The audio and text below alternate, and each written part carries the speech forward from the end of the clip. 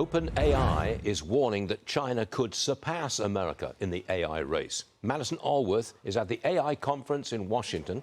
Madison, why does OpenAI say that we're in danger of losing?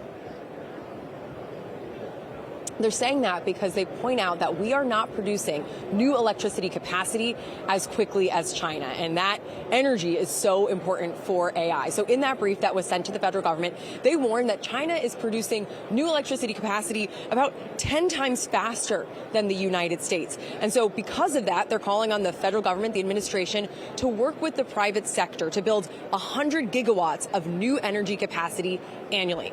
To put that in perspective, they say that in 2024, the U.S. created just 51 gigawatts of new electricity.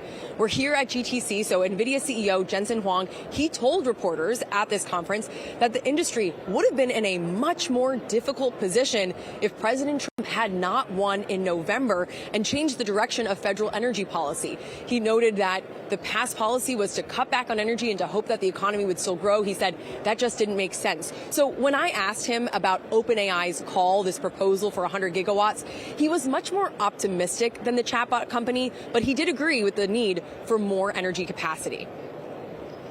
Can we beat China in the AI race with our current electricity output? The United States is ahead in the AI race, and we have to stay ahead in the AI race. President Trump on first day has been very pro-energy growth. If not for that pro-energy growth perspective and that initiative, we would be in big trouble. There's no question about that. We need a lot more energy to sustain the growth of American industries. We're going to manufacture chips, which needs energy. We're going to manufacture systems that needs energy. We're going to manufacture AI that needs energy. So we need a lot more energy.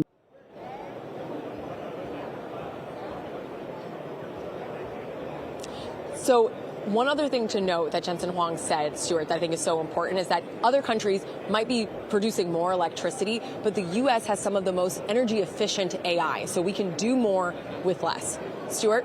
Good. All right, Madison, thank you very much.